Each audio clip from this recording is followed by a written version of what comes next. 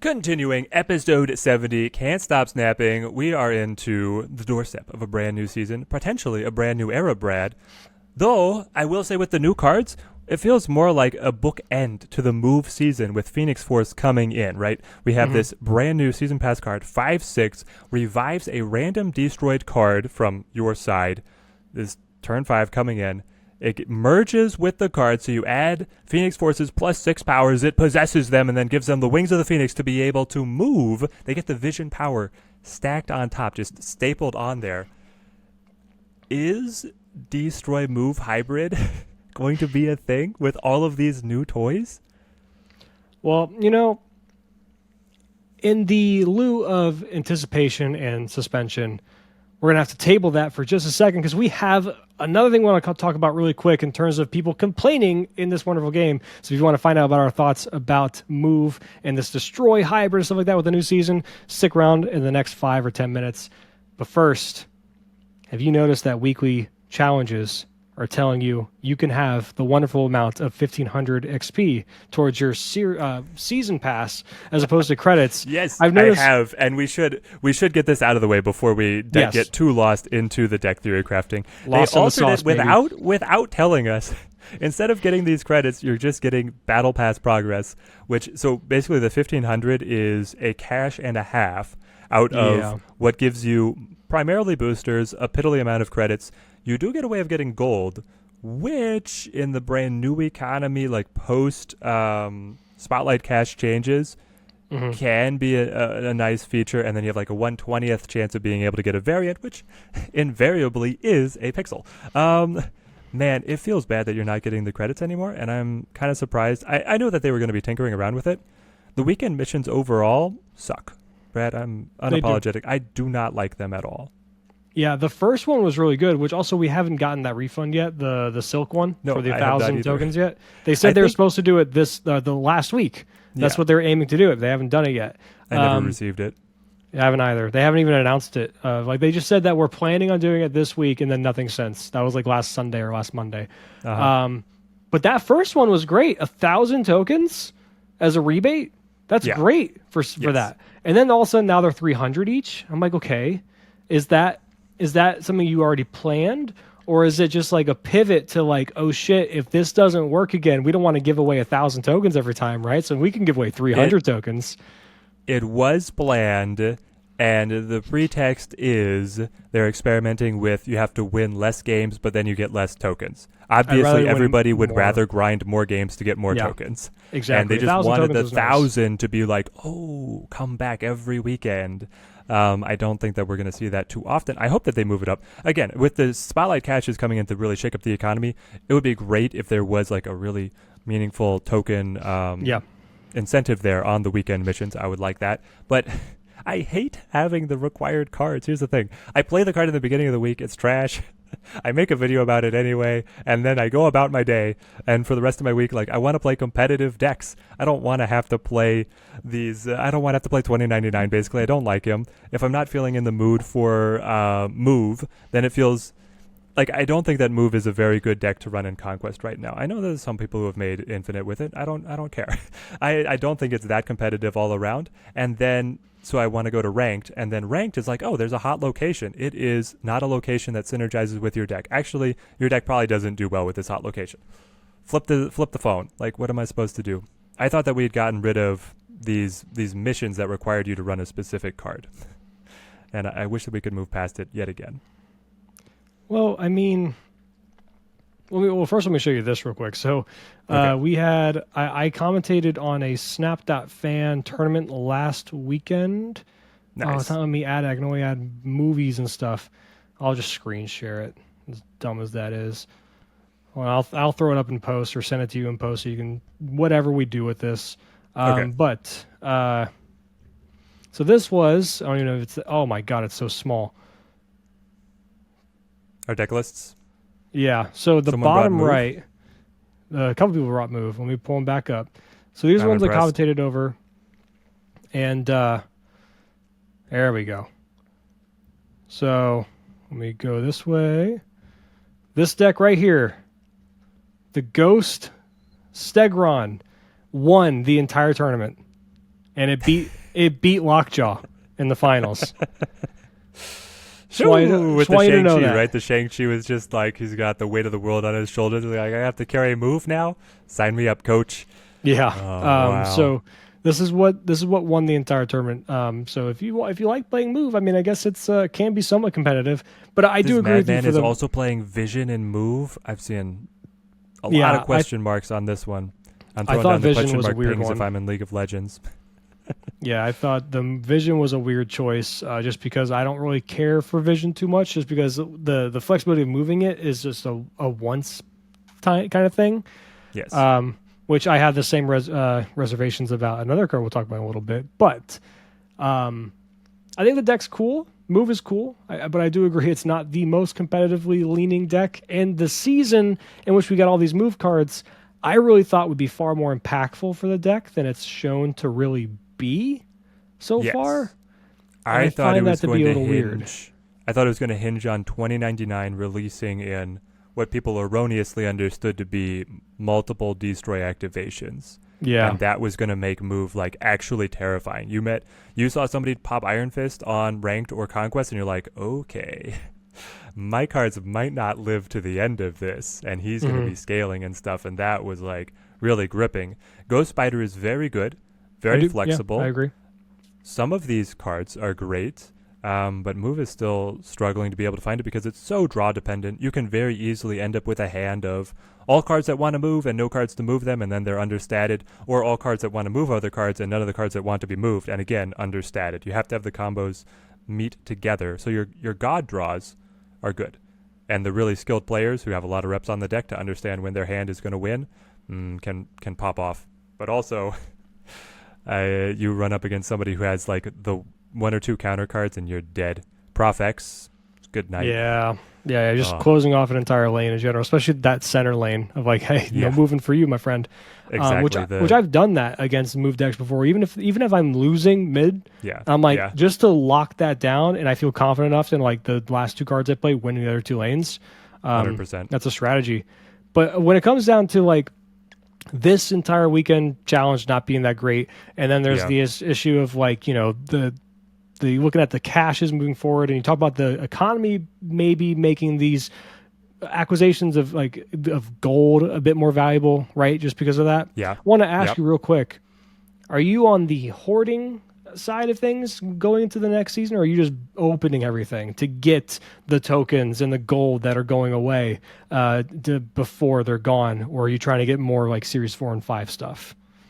I think that hoarding is the way to go. And pretty much all, like in most cases, if you hoard a large enough bundle, I think that the new system is going to give you more resources in terms of just how valuable these spotlight caches are, being able to roll the new cards, whether or not you're serious completer care about the variants, just like in terms of the acquisition of converting how many tokens you would have gotten out of 10 caches now to the chance of having pulled the brand new card for the large number of tokens. So I'm on the hoard side, but the true gaming the system route, I think, is wait for the update to hit, don't update, wait for some content creator to crack open their account and understand how the developers are placing the spotlight caches, because they have purposefully been evasive as to if they are going to be seeded based on your current collection level or seeded based on the first cache spawning at collection level 500. They've not wanted to give that information away because of how you could game the system in terms of you want to open the 9 caches in between the spotlight caches with the current rewards and then save those to be converted into the new stuff and then crack those open as the super caches. So if that is possible, which right now I'm 70-30% that it actually is going to be possible to game the system in this way, you could get so much more stuff out of it. And on the 30% chance that it doesn't work, you waited 6 hours on updating your game. Like in the grand scheme of the new economy, you didn't cost yourself anything anyway. And honestly, that 6 hour, might be a stretch. Like you might find that out within the first 10 minutes of the thing going live. Hop on the official Discord and see people crying about it. Exactly. Yeah. There you go. Kind of thing. I've been leaning more towards like just opening everything. I'm also only missing 2 cards in the game, Howard and Tribunal. both of Tribunal which for me, I got Howard. yeah, both of which I'm just like not super interested in anyway. I understand that Howard is cool. I'd like to, brew around him, but I'm not like, oh my god, I need Howard in my deck. I don't give a shit. It's a card that's interesting, I guess. But otherwise, because of that, I'm like, I'd rather just get as many tokens as possible and stuff. I'm at like, I think almost 11,000 at the moment for tokens. And I'm like, yeah, I'd like to have like some extra tokens going into these new seasons, especially since we're getting Mirage and Legion as straight to Series 4 cards, whatever, right? So that's nice. So I want the shit. I want the tokens. The gold I don't care much about. I can just buy gold if I really need to for whatever thing I'm doing for content creation and write it off on taxes later in the year is a wonderful, cheat code for capitalism. Yay. But otherwise, give me the tokens. That's what I really want. But I do think that potentially bundles moving forward with these large amount of tokens in them could have a bit more value to them, and people might be able to justify the exorbitant price tags that come with some of these bundles. Like, for example, the recent Spider-Man one at 6,000 gold. Crazy. I wonder if that's going to change. Because I don't know. They have to be understanding that in the economy there's all this free gold that is floating around. They've like factored that in, and they want a certain percentage of these bundles to be accessible because they want people to be able to see the Spider-Man variant pop up in game and be like, oh, that person bought the bundle. Like, they want to have that experience for the players. And so if suddenly 6,000 tokens is like just explicitly what you would outright buy it for, which is really expensive, I think that they're going to have to drop prices. But I don't know. They also have bundles planned out already, and it seems like the prices are pretty consistent with what they have been before. So, well, there's some weird ones. There's like a Morbius bundle that's like $10, and you get like 1,000 tokens in it, like 1,000 gold and shit. It's weird. I'm like, you have this amazing deal, and then the death one is like $100, not even gold. It's just flat out $99.99. Yeah. Real money. It's just weird. Maybe they're placeholders. We'll see. I was going to ask, I guess before we go into the season pass stuff. Yep. I feel like they should change the ultimate variant prices.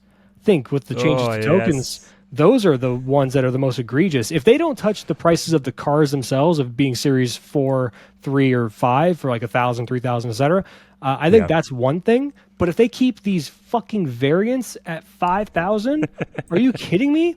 Because like, it's crazy. I don't buy them. Because I'm like, most of them I don't care enough about. The one I like the most is the Ghost Rider, and I'm like, I don't ever play the card. So why would I do that? I don't like the Hulk Ultimate. I really don't like chibi-related stuff. It's not my thing. It's not for me. Some of them don't even look that great.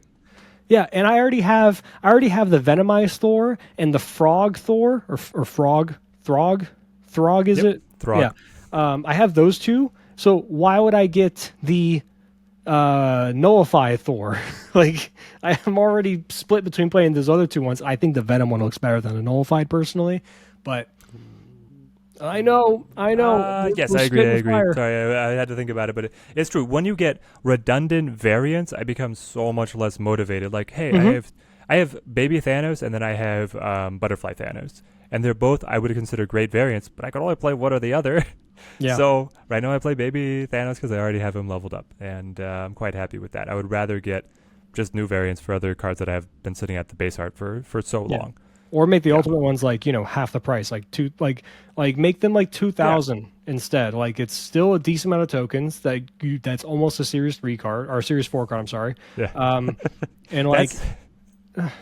Yeah, if they came down to 2,000 tokens, I would still actively discourage people from buying them. Same. That's like how overpriced they are right now. It's insane. I saw an FAQ post where I think somebody was like talking about it, and Glenn kind of sidestepped his answer and was saying with the new caches, the Spotlight caches, their variants that they're giving away in those are meant to be almost on ultimate level quality. And they're also looking at upgrading the quality of the ultimate variants with having unique voice lines and effects and whatnot.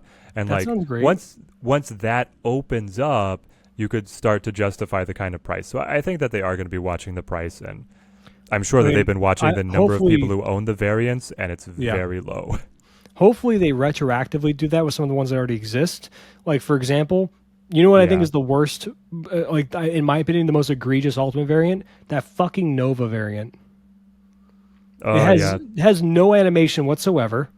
yeah. It looks boring to me in terms of the art style. No offense to the artist, by the way. I think it's very well done from a technical standpoint, but Yeah. it doesn't tug at my heartstrings in any way. I find it to be very boring. The background's boring. It's not even space. It's just like a slate gray, like almost like concrete look. It Yeah. just doesn't do it for me. I don't Meanwhile, get it. you've got like Sword Gamora, who's like, wow, Yeah, what is and I already this? have the Venomized Nova, which looks amazing. I love Infinite Border stuff with space backgrounds. They always look great. Yeah.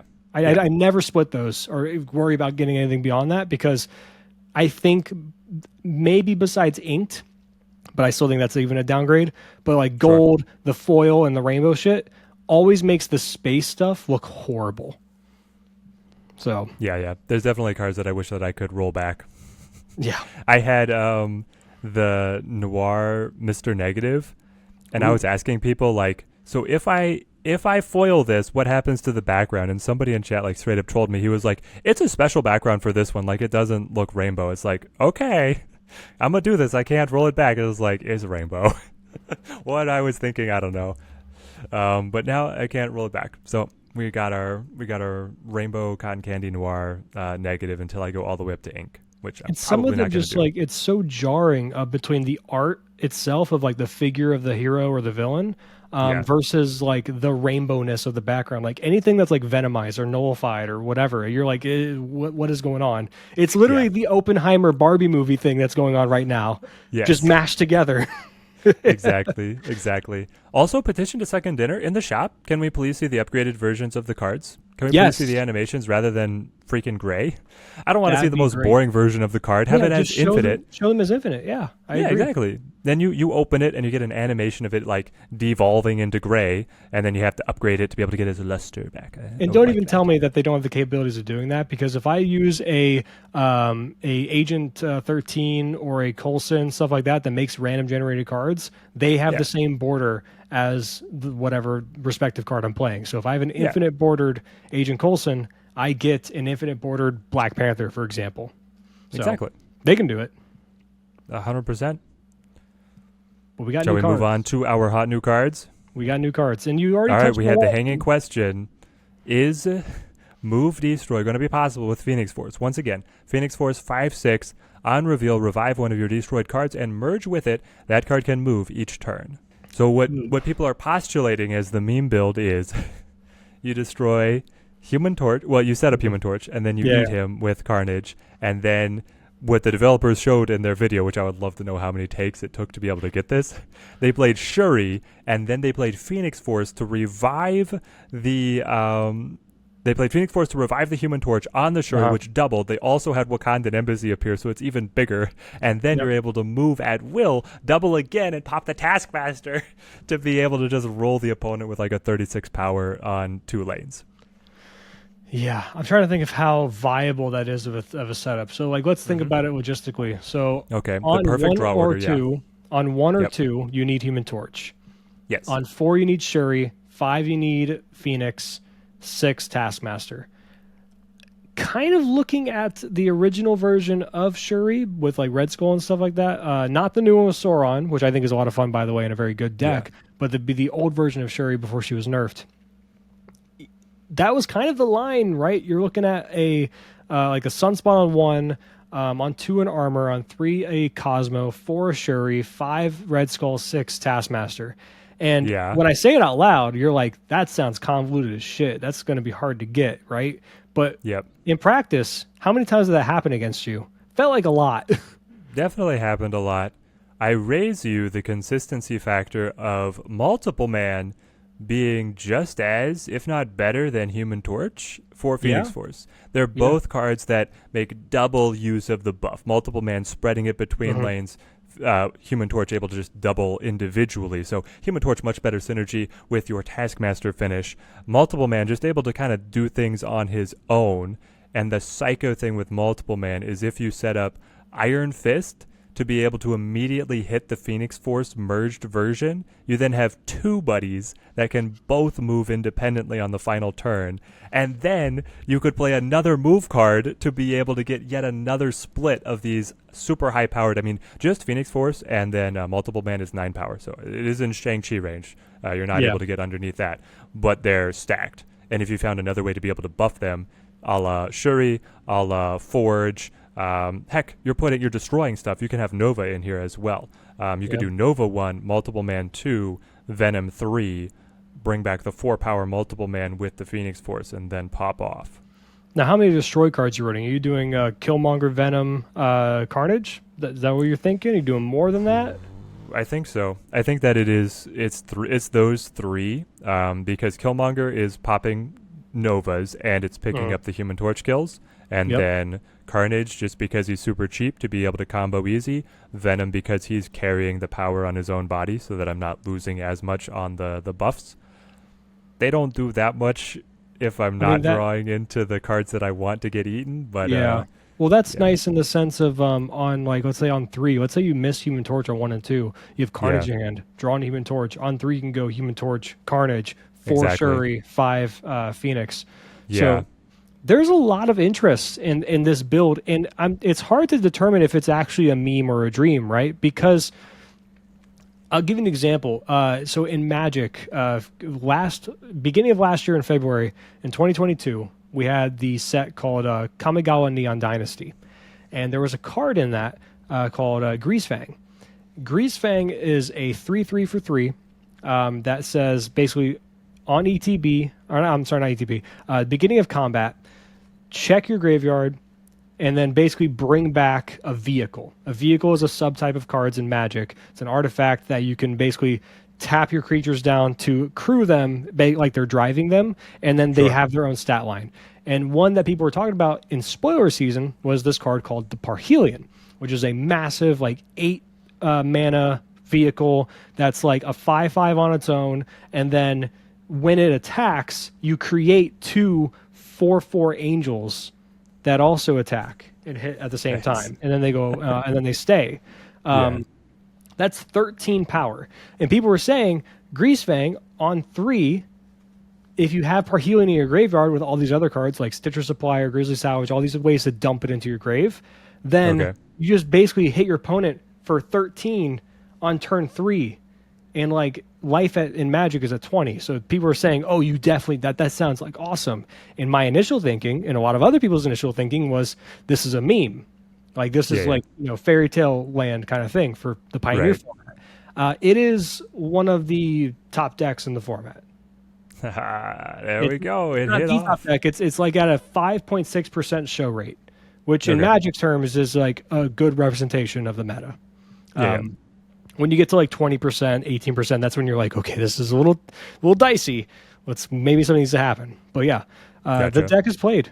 And so that's why my evaluation for meme or dream is hard, because this gives me the vibes of Greasefang.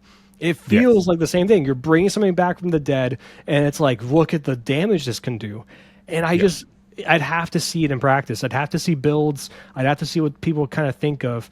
And it might be that Sarah control type of thing where it's like, it just works. Like you just randomly throw in the Killmonger Nova thing, and you're like, okay, cool. Right. It just happens to work.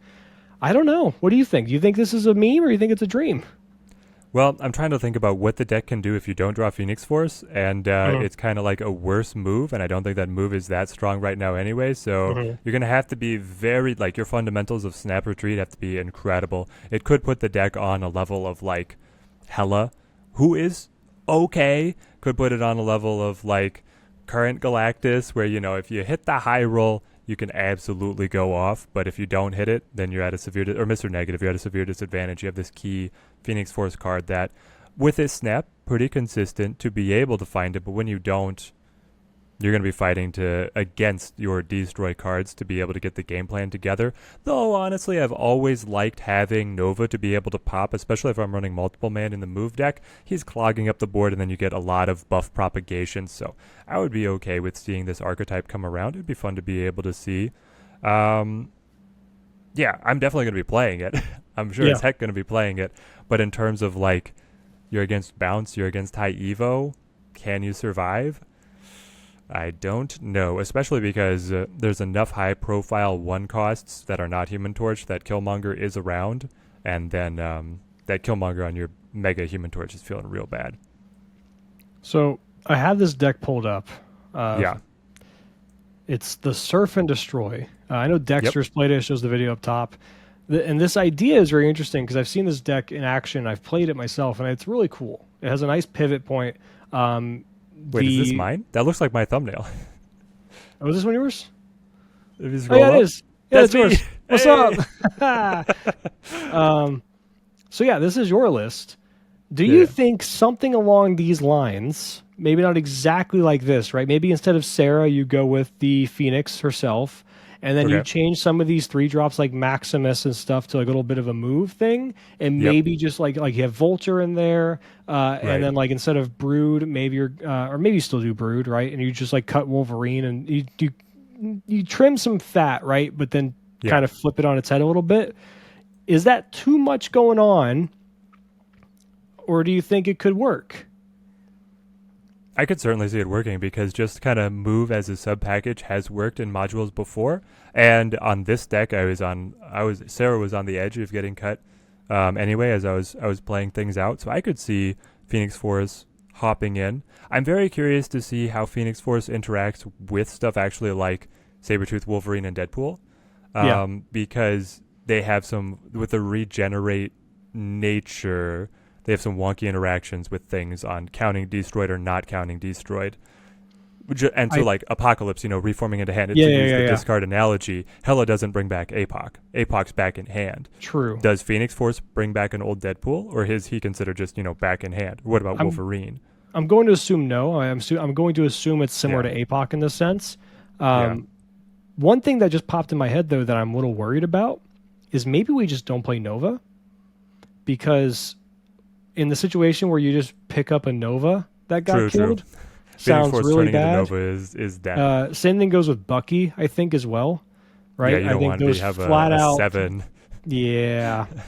A 7 power Bucky on board. You can start to see some more of like the cracks and the seams kind of thing, right? They start to form as you're thinking about like the deck construction of where things. But Wolverine and Deadpool actually not counting would be a blessing because you don't. Exactly. The Wolverine would be fun to then hit with like a destroyer later.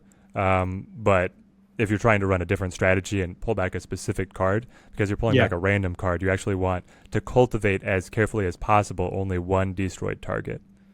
Well, what if it was something simple as this?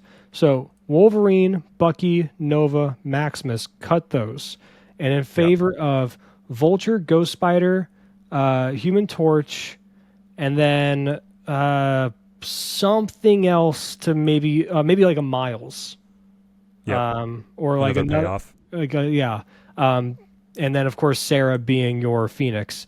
Do you think that could be I feel like I want to cut Brood for more stuff to work, but I also don't because of the Surfer package. Yeah, it's tough.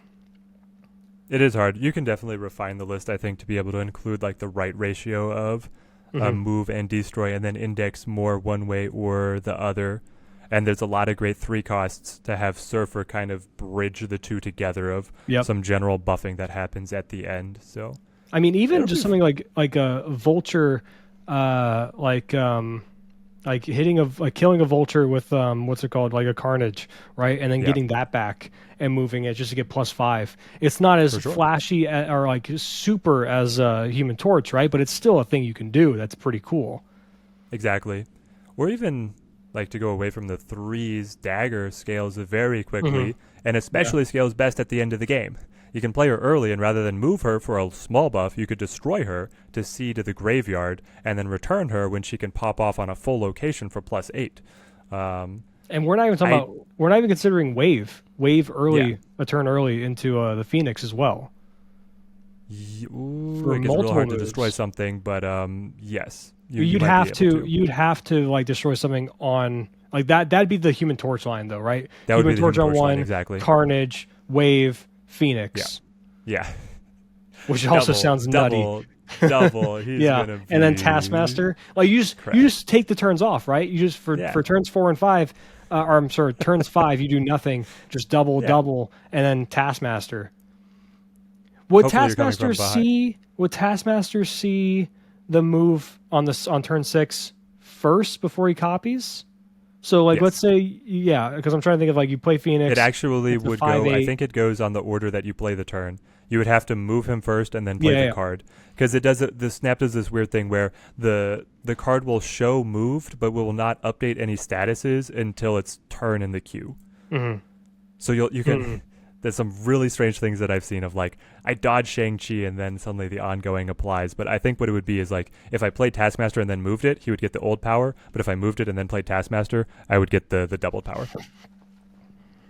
Which There's so many does ways to sound go about this, and we're only talking about the crazy. season pass card right now. Yes, we're only talking about the season pass card, but it's like a new archetype. Nobody has tried Yeah. Destroy Move before, and I honestly think that Phoenix Force is strong enough with how synergistic Human Torch and Multiple Man, and even Dagger or Vulture could be, that it's going to be worth trying. I think that, what about other scenarios? Does just the Destroy deck want to run Phoenix Force? I actually think it doesn't. I feel like because they're destroying multiple cards, and the cards that they're destroying are like meant to be destroyed or meant to be very weak, you don't want to pay turn 5 to bring them back to life. Like, I'm not really thinking of anything, and I was trying so hard, Brad. I was like, all right, I'm going to play a Tuma. A Tuma will self-sacrifice on 4, then I revive a Tuma on 5, and then I have a null that's 10. I don't know. Yeah, It's because like- if you want to get null bigger, you have to destroy other things before a Tuma, but then you have Yes. the chance of pulling out garbage Bucky and making your Yes. Phoenix a 5/7 that moves, Mhm. which is just Exactly. vision. Yeah, you could have played Vision. So that's like really hard to think out. If once we get X23, maybe this all sings, because I think that Dude, Destroy I is going to think just. what I'm worried about is too much of a good thing when X23 comes around, like Dakin and stuff too, or Dakin. Destroy has so many cards. Yes. I would not even be. I'm not even going to attempt to brew. I'm letting everyone else do this for this one. I cannot even attempt to begin to understand or think about what the cuts are and what you play, what you prioritize. Yeah. Yeah. Because I can see a world But where you don't even play all of your main Carnage, Deathlock and Venom. You might just do Carnage and Deathlock or Carnage and Venom, and like you cut one of those. And like I have a strong feeling that Bucky just doesn't exist in the list, is what my gut tells me. For this 2/6 ain't good enough anymore for Destroy. That's what's wild about it. If you Right. can think of like X23 is going to be a way that Destroy gets a regenerating energy cheat, basically a Psylocke that activates every time you destroy them. So that you could much more reliably have 6 costs that play on turn 5 or 5 costs that play on turn 4, depending on the ordering, be able to combo an extra Deadpool effectively every single turn as long as you're running consistent destructions. It goes crazy. But what also goes crazy, I think that, can we hang the hat on Phoenix Force? Like, Destroy Move is probably the best shot the card has. Yeah, I think so. Otherwise, I think it's just like a little too clunky in other decks. And like if you're gonna try and build around it, like you really need to like really target a singular card you're destroying to get the value out of it, then it kind of tosses out General Destroy out the window, because again, Nova, Bucky, those are bad hits. And then what other cards are even remotely on the same playing field of the ceiling of which we're talking about with your things like Multiple Man, Human Torch, Vulture, even like it just doesn't make sense where other directions you can go for that. No, because you're not like, if you're trying to consolidate power on Venom is like the one other thing that I thought of, and then bring that guy back eventually. But it's like you destroyed so many piddly things to be able to get there. Your chance of the Phoenix Force hitting the right thing is very low. I guess unless the Wolverine Deadpool synergy works potentially the way we're anticipating, that they don't count. And so if the only food for Venom is like Wolverine and Deadpool plays, you maybe could play a big Venom, destroy it, bring it back with the Phoenix Force, which will also destroy yet another stack, and then do something with Null. But at the turn order there is twisting my brain around, and I don't think that it's really going to be worth it versus what the Venom Nimrod decks can do now. Yeah, I agree. I think those would be two entirely separate decks. Nimrod is just better in all current Destroy cases than Phoenix Force. Yep, I agree. Yeah, I think that's by design. Gotcha. I agree too. All right, so we also have 4 other cards. Shall we talk priorities first? We have Jean Grey, Echo, Legion, Mirage. My Let's priority get these list. series 4 out of the way is what I'm thinking. Okay. So Does that make Mirage, sense? Legion coming Yep. in S4, coming in hot. Legion, full pass for me. And Mirage looks very desirable. So yeah, I'm really all in on Mirage. I think Mirage is sick because Yes. imagine if White Queen did that with the +2 power copy. That's a Ooh. huge difference because it kind of it's like the leader thing, right? Where if you copy a singular thing with leader against your opponent, yeah, they have a Hulk, but you have the same Hulk +2, so you win Yes. that lane theoretically, right? So Oh, dude, Mirage do you want to is see White Queen go to a 4/4 +2 on the card copied? nope. Just give me the 4/6. Okay. Yeah, I think I'd rather. I'm kind of sick of seeing the 4 cost cards get dropped in power to like 4/5s and stuff. Yeah. I like having the handful of 4/6s. That's why I like Iron Lad so much in my Darkhawk list. Yeah, it's just good. So he's just good. And when you hit Jeff with Iron Lad, oh, it feels good. It feels really good. Oh, it's like, oh, I can move this. Yes. But yeah, Mirage seems very interesting. I haven't quite pinpointed where she would go yet because on one hand you're like, yeah, you could think of like a collector Devil Dino type of shell, right? That's where most people's minds would probably go. It's another tool for Yeah. that. But yeah, otherwise, especially if you have the Quinjet set up, yeah, you yeah, love this. You got their cheap card buffed. I'll play that. yep.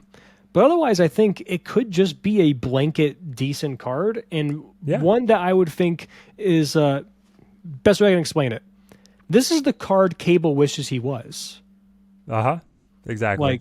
Like Cable has the potential to be really interesting and cool, but especially since the Chavez change where he's 99% of the time pulling a Chavez off your opponent. How does Mirage and Cable live in the same world? I just thought of that. Cable is a 2/2. Draw the bottom card of your opponent's deck. A card that is not in their game plan, never will be, according to the draw that you now understand. And it's just worse. Mirage is taking their cheapest card and buffing it. So I maybe guess the idea is that Cable could pull you, like, not their cheapest card. And the idea is that getting a more expensive card could potentially be better. I don't know. and it's information, kind of like Yondu. But I mean, maybe Cable needs a little bit of a buff. He does. Like he could easily be a 2/3 or give the buff to the card himself. Yeah, something like the Mirage. But yeah, I not to stay on Mirage too long because I don't think there's much to theory craft with this beyond I think this could be blanket good, or in default Devil Dino. home. Yeah, if you enjoy running Furious Dino right now, buy Mirage. You'll be able to plug her in immediately. Honestly, if you love bounce, you might be able to get a flavor of bounce going with Mirage that could pop off, especially in the bounce could be a mirror mirror breaker. Yeah, it could be the mirror breaker. You're probably not taking a kitty because she's always coming to the board, but you could be taking a hit monkey, which feels insane. You say that, but sometimes some players prioritize playing down their Angela or Bishop on 2 or 3 to be mana efficient, right? Yep. So you could yoink out a kitty that just now you get the +2 to kitty essentially. So you might be able to outrace them now. So yeah, I think there's a lot of flexibility in what Mirage can do. Or in the high Evo matchup, pulling a Wasp. That always feels great. Suddenly a 0/3 that does -2 to the opponent. You can go off right there. Now, you say Mirage, I'm sorry, not Mirage, Legion is a pass for you. Don't like him. He's don't like 5'8". his art. Don't like his ability. Don't like his stat line. So he's a 5'8". This should have been a 1/2. This should have been Snowguard. Ooh. Maybe. I think he's a bit overcosted. I agree there. But what they did show off in the trailer, it did tickle my brain a little bit of like, ooh, that seems funny, of like a flooded location, which is why I think he should be a 4/6 instead. How funny do you think? Yeah, he has to be a 4 to be playable after the storm, really, because if we understand his interaction to be the same as Mirror Dimension, it will not lock the game out on turn 6. Because those new floodings will take yet another turn to go out, so they'll be open for turn 6. Is my understanding. You play Storm on 4, play Legion on 5. That stormed location locks down for 6, but then the 2 new flooded locations that he created on 5 will also be open on turn 6. Yeah. But it does mean that you then erase the effects of the other locations with Storm. So you have this like effectively a blanket ruins for those other two, which in the video they had Kiln there, which was locked down, and suddenly the opponent was winning, and now it's open again for you to be able to answer. I think he actually like murders Storm. He's the counter to Storm. They stormed, and then you open it up with whatever you wanted to play him on. You know, that's true. They play Storm, and then they play Cyclops on 4, and then they play Spider-Man, and you play Legion. And whatever you legioned opened up the Storm location. You built up more tempo on board than their Spider-Man, and they don't know what to do. The training wheels fell off. It could be an interesting tech in Conquest against the Haiva lockdown, if that's still around by the time he rolls out. 100%. Yeah. But yeah, I do think he should be a 4/6. I think it's a little awkward being a 5 because then he would work incredibly well with Storm in that sense of being able to have lockdown on turn 6. But maybe they anticipated that in testing and they felt that was a bit of kind of like the whole Spider-Man on 4 thing all over again, right? Yeah. That they didn't like. But It's so toxic. I don't know. With the hot locations in ranked, I don't even like the idea of him being allowed to exist. Yeah. You know? Like a deck that is tech to be able to abuse the featured location suddenly can have 3 of the featured location in half of their matches. What? Yeah, I mean, I'm gonna end up getting him because I want to try him out, especially also because he's a Series 4 right off the bat. Mirage, I think, is a seal of approval. You should get Mirage. That's a cool card. Yeah. That can be that's probably more applicable in other decks that we're not even thinking of beyond just being blanket good. And then Legion is if your brewer's heart is really yearning to make something crazy and stupid and potentially toxic, do it. Otherwise, you could probably pass on him. Listen, if you want to be like brewing and toxic, I don't know, play Morph or something like the rest of the kiddos. You don't have to spend your tokens on this. And then you can get the saxophone Morph. Yes, the saxophone Morph to be visible for like 0.3 seconds a match. High value there. Because when your opponent looks away for a second, and then all of a sudden they have your Infinite, and you're like, how did that happen? Exactly. I have written in multiple times to like chat and whatnot. Is like, how did this happen? Yeah, it's like, oh, there was Morph. Oh, I gotcha. Yeah. Also, Spider-Ham is hilarious. I have programmed myself to glance at chat during my turn resolving. Right. Mm-hmm. My pattern is I set my turn, I talk about it, then I read chat, then I confirm end turn, and then I read chat when my cards resolve, and then I look back to the opponent's cards resolving, and then I read chat again. And it's like this equilibrium, right? But I'm reading chat every single time when Spider-Ham pigs out, and I'm like, chat, what was it? They're like, oh, it was this. Thank you. This is the only way that I'm still in this game. You guys. Ugh. But, so with Legion being a counter to Storm, which is counter to the lockdown decks, I think lockdown is only getting much better with both of the Series 5 cards that are releasing this season, Jean Grey and Echo. These two look fierce. They look fit. They look fleek. Jean Grey especially has me chattering my teeth. 3/3 ongoing. Players must play their first card here each turn if possible. Brad? Kitty and Jeff were already pretty good. Looks like they're fire with Jean Grey. Yeah, especially Kitty. Oh, yeah. We've seen Kitty show up in other decks where it's not traditionally a bounce deck. Just like this little package, right? Of like Angela, Kitty, Hitmonkey. We see that in Sarah Control. I've seen that in other random builds throughout my playing of Conquest and like the ladder as well. And I think this would also be true to generate an entire new archetype of like a Kitty control. And also maybe Sarah just slots right into Sarah control. Or I'm sorry, Jean Grey slots into Sarah control. Oh, yeah. 100%.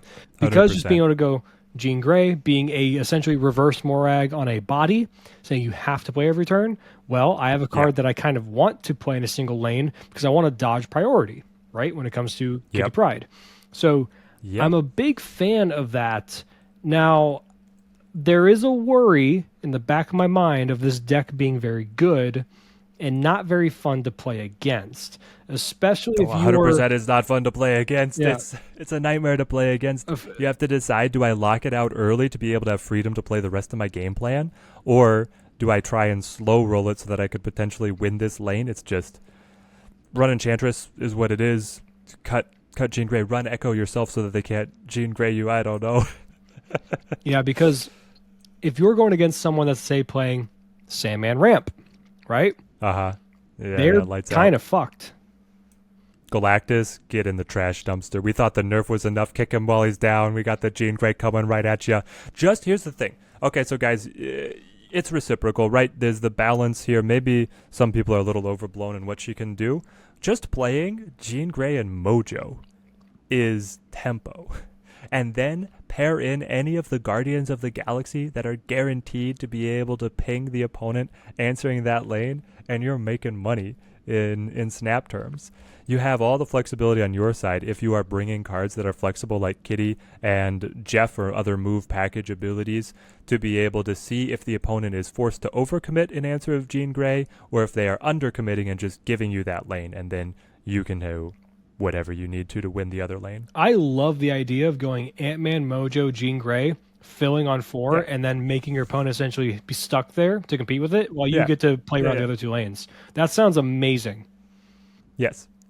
Jesus Christ. It's You don't great. even need to do a Kitty Pryde thing at that point. No. Because remember, she does say if able, so it's not like she's locking you in. Yes. So You're free then. yeah. Once it's full, you're completely free. You can do some really funky stuff with Jean Grey Goose.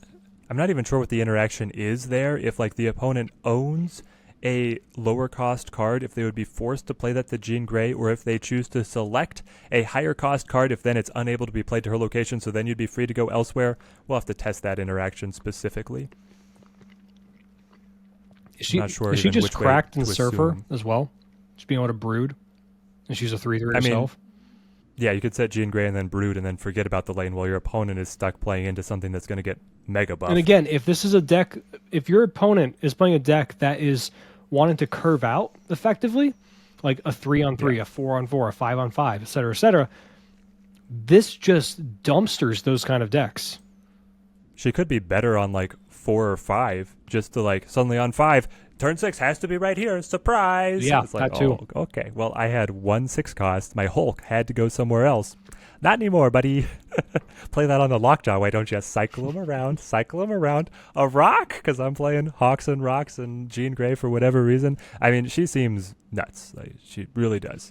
I will be getting her, definitely. Oh, 100%. So she is coming out the first week.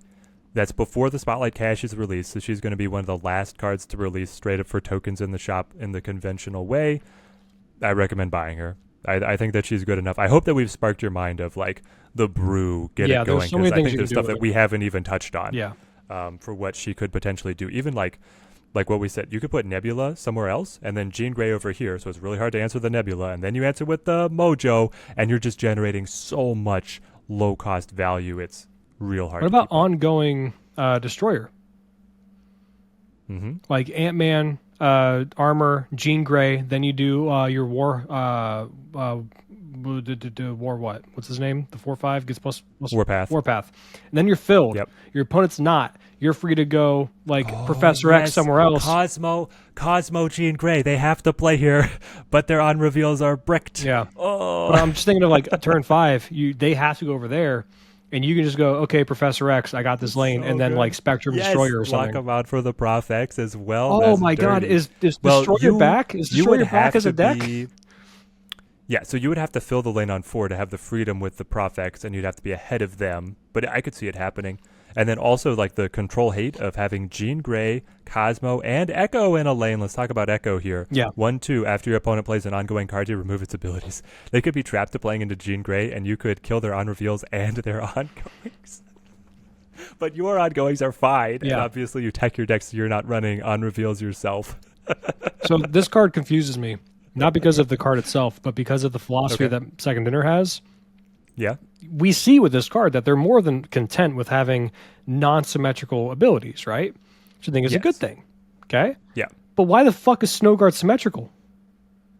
Why is Snowguard the way that Snowguard is when they can release stuff like Echo? That's a Genuine great question for you and the listeners or How viewers. did Echo... No. Like, Maybe It Echo would- is just learning from the mistakes of Snowguard? well, no. What I'm going to ask is, Snowguard had to die so that Echo could fly? if Snowguard was asymmetrical, just your opponent, would she be too good? Does anyone think that? Probably. I might have to see Snowguard as a 2-cost if it was asymmetrical to remove all location abilities, but it's real close. What if it was just Because what it's if only just, for one turn, and it's only every other turn that's even available to play. Like, Yeah. you're already juggling a couple balls to get it to work, and then for it to be a symmetrical effect is just embarrassing. Yeah. But whatever. Echo is very good. Yep. Yes. Especially with, I think, like, taking initiative in Daredevil looks terrifying. Maybe even a Kang to play this in the mid game to try and catch out an opponent dropping something powerful like a Dino or a Hawk. Hawks are everywhere, Dinos everywhere. Even Wong is making a little bit of a comeback with the BP Zola stuff. Patriot is everywhere. You see them play Invisible Woman, you just go, whoop. They're dead. Yeah, and I even this was pre-Galactus nerf, but I was thinking when I saw Echo, I was like, she seems kind of cool against Galactus because you flip. They want to give you priority, right? So you flip first, they play their null. Well, that sucks, huh? Yes, exactly, because so many of the decks right now want to be able to dodge initiative so that they dodge the Shang-Chi or the Enchantress, and then you come in early with Echo and silence them anyway. Yeah, she's going to be a good catch-all just in any deck. I think she has playability in any deck. I was going to ask that, because our one-cost power creep is insane right now. I thought that Howard the Duck, like a couple seasons ago, would have been a headline card. He is not nearly. So Echo's going up against Kitty, Nebula, Sunspot, and Ham right now. It's hard to edge out any of those, but I think Echo has a shot. But here's the thing. Even though you're naming Spider-Ham, I mean, we could even throw Iceman into that mix, right? There's a difference of category. And even within their respective categories, there's subcategories. So looking at first, Kitty, Sunspot, Nebula. Those are your offensive-minded, generate power type of cards, but they do it in different ways. Right. Nebula is one that's going to try to benefit from lockdown locations and stuff like that, even though you see both her and Sunspot in the high Evo lockdown list, but that's because Sunspot works with the energy floating. But Nebula really wants to be locked down behind lanes, or at least if she can force your opponent to play a couple of cards there and dedicate power to that lane where you're saying, I'm abandoning that lane anyway, and you're kind of fine with it, she's doing her job pretty effectively in that regard. Sunspot, you're wanting to kind of float in between turns and generate mana in that way or generate power in that way. And then, of course, Kitty is something you want to be proactive every single turn and making her good. On the other side of it, which I think is where Echo flips into it, are your interactive / tech cards of like Spider-Ham, Iceman, and I think she slots into that as well. I think she'll fit nicely in a kind of deck that wants to be a bit more controlling. Though, I think it's very, very possible she could actually sneak her way into the lockdown deck just for the sense of being able to say, like, your Darkhawk or your Devil Dino doesn't work anymore. Like, if they are like able to like let's say use Storm, and then like oftentimes I might try to throw down a Darkhawk into the Storm lane, right? Because it's getting left alone, can't get Shang-Chi'd. If they have priority, they flip Echo. My Darkhawk's just a 4/0 now. That's already pretty nice. So, like, I think Echo is a very good shot of being competitive. But I'm not even worried about her competing with the other cards because the decks that she goes in can justify her all on her own without needing to even worry about thinking about those other cards. You know? I think that's fair. Her ceiling of being able to actually catch out a Hawk or a Dino is insanely high, even higher than those other one costs we mentioned. Her floor of being a 1/2 is a tempo play. So you got almost no downside. The downside is the space in your deck where you could have run whatever X other one cost that you might have considered to be good enough to run in your deck. The final piece that I want to push at you is Cerebro 2s. Goose in one lane, Echo in another. What you gonna do, Brad? If you're running, like, it's so much control hate on what they can do, because they can storm one lane, they can goose a lane, and they can come in with the Echo as well. Like, matching their power if they get their right draw is almost impossible. Yeah, that does sound terrifying. And like, I was messing around with Snowguard in Cerebro 2 today, just because I was like, maybe there's something there. Because I was thinking, like, on turn 5, you disable allocations, and she's like a backup to Luke Cage, so that way, like, negative locations don't matter at the end of the game. Oh no, it doesn't work. It comes back at the end of the game. Yeah. Exactly. Yeah. So Yeah. this would actually probably be a far better card. Strict upgrade to Yeah. the Snow Guard for sure, 100%. Upgrade to Umbaku, though? Probably not. Upgrade to Iceman? Maybe. Iceman was already synergizing with Goose, though. I mean, the Cerebro 2 list is like pretty well refined at this point, but I think Echo has a spot. Yeah, you could probably I mean, maybe you step away for. I know there's some people that will go with the Luke Cage hazmat thing because they're both twos now. Drop the You hazmat. might just drop the hazmat thing in general. It is fairly Yeah. cute as well because you're not Run the doing Luke Wong Cage, stuff. drop the hazmat. Is Wong a 4-2? Yep. You could do Wong in that deck just for fun. Yeah. Yeah. So yeah, probably. I think she has a spot, though. We'll have to see because Cerebro 2 is one of those decks that's like, man, I wish it was better. It's on the one hand, wish it was better. On the other hand, refuses to die. It's Yeah. like it's there. It's down to clown on Well, people. It's kind of like Patriot has always been like a gatekeeper to the meta. Mhm. I feel like Cerebro's always been the little brother to the Patriot. Yeah, I agree, and it's just because there's way more disruption available in the game to Cerebro, and Yeah. that's why it's always said Cerebro 3 was better, just because it has way more tools to dispose of bad locations, and especially Cerebro 2 can just flat out deal with, or Cerebro 3, I'm sorry, can flat out deal with the monster situation with Valkyrie, Yes. right? Where you Yeah. can't do that otherwise in any other Cerebro deck. Yeah. So yeah, it's tough to say, but I like all these cards. I think every single one of them. If you, I'll put it this way, I could see justification for purchasing any one of these cards this season. There's none of them where I'm like there's no Snow Guard. There's no I'm There's definitely no not getting Guard. that. There's no Living Tribunal. Yeah, Yeah. I get reports from people in chat of like, the Raft gave me Living Tribunal for free. I played it and I lost. It was like, yeah, it's actually like, don't do it. I think all of these, Legion is like definitely the fanboy special. Yeah. But for the fanboys, he's got his wacky he's hair and his stupid interesting. eyes. He's an interesting card, and I think he definitely can have some brewing potential. Whether or not that's good or not, right? Or he'll I be a cannot good get deck. over Is how yet bad to his see. art is. His art is bad, but I think that's just the character. It's a symptom of the character, right? Okay. Yeah, but for someone who wants to really brew the location tech, because locations are so pivotal in Snap, there's going to be niche cases where Legion wins you the game. Yeah. Just teching him in as like a 5-cost in almost any deck. There will be cases where he will win you the game. I don't think it's consistent enough to really want to play around him, but if you guys have a spicy take on how to use him, I'm down to try it out. Yeah, I just wish he lined up better with Storm, because then you have to Storm on 4, that kind of thing. But, I mean, Yeah. Are there any other lane manipulations in the game besides Storm and Rhino and Scarlet Witch that you care about? Oh, Did you care about I being guess you able can- to propagate? Yeah, I guess you could do, what's it called? Magic? Saying magic into the multiple limbos that you have like basically extra ruins. It's like just getting a lot of Rhino. Yeah. But You could do Rhino if you just want to be able to play on the most boring battlefield possible. But I mean, when it comes to Magic, I guess the only justification I could see of doing that route is when you're playing a deck that's designed of like, oh, I would like to have this extra turn, but also I The don't. justification is for brand new variant. You're right. That's that too. great. And I also really don't want my opponent to mess with Magic or Limbo on turn 6. Yeah. Yeah. So, I don't know. I think this season looks awesome. You mentioned the Magic variant; those look sick as well. There's the Magic one. Amazing. We have some other ones this season. The Phoenix Force variant for that themselves with like Jean Grey engulfed in the Phoenix is really cool. Yeah.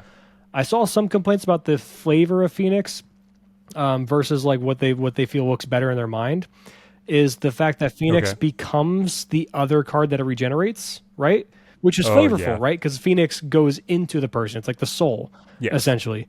But people are saying they wish they'd rather be able to see the Phoenix itself moving around as opposed to the thing it's becoming. Gotcha. So the Phoenix Force would take on the cost of the card, merge the power, and then merge the card text. But the art is still Phoenix. art would Yeah. be the Phoenix Force. Yeah, it's basically another morph in terms of your variant value. Yeah. It's only there for the on reveal. Thankfully, Phoenix Force's on reveal is more exciting than Morph's. Hulkbuster too, another one of those. Yeah, Hulkbuster as well, exactly. So it's It's a challenge Which- that the developers have just in terms of their own game mechanics. Yeah, which I think Hulkbuster should be on the outside.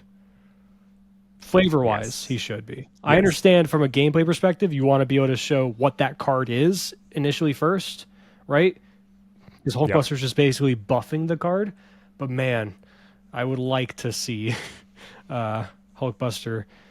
I don't know. Maybe they could do something with the art. I don't know. Maybe they could throw something on it, or like they could have like a little, like on the Hulkbuster itself, they could have a little window, and that's like transparent. You see the actual card in there. I don't know. Do cute. Oh yeah, shit. no, 100%. The answer is that it cycles every like 3 seconds. Oh, It'll yeah, flicker that- to the Morph, yeah. and then it'll flicker back, and it'll flicker to the Hulkbuster, and it'll flicker back. Flicker to the Phoenix Force, flicker back. That would be sick. I agree. It's like these cards are merged. They're fighting for control of the body. And then you would remember that, oh, it was that the opponent played Morph, because there he is. And he's playing the saxophone inside my Hulk or my Infinite, whatever. That would be awesome. And I don't think it would be outside of their control to be able to set up. But I think that wraps up all of our card theory crafting shenanigans. Tune in on the season. Roll over to the Team Teddy channel. We're going to be streaming all of this. Once again, guys, Multiple Man on 2, Hulkbuster on 3, Venom on 4, Phoenix Force on 5 with the, Venom and then Iron Fist, punch him, move him, Heimdall, your entire board is 13s. Woo, check out the clip. We're going to have the short. We'll see how many hours it takes us. That is going to be a lot of fun. Oh, baby. Where can they find you, Brad? Dupe brewing up the hottest and the greatest. You can find me on YouTube at Bradcifer, as well as on Twitter at Bradcifer. The name is spelling pretty easy, BRADCIFER, and that's pretty much it. Hey, Teddy, where can they find you? Because I know you can do a lot of cool, interesting things when it comes to Marvel Snap. I've got the YouTube channel at Teddy Ninja, and then find me on the Discord. Should be linked in the description for the video here. Leave us some comments if you want some other cool discussion segments. We feel very flexible right now for the upcoming season on being able to do some different topics than just the latest buffs and meta talk. We've got some fun stuff planned for next week, but want some more hot ideas from the community, and looking forward to the future episodes. All right, and that's going to do it for us here. Thank you again for watching. Thank you for listening, whatever medium you're going with in terms of consuming Can't Stop Snapping. And we hope that you as well can't stop snapping and you hear from us again the next week. So, bye-bye. Have a good one.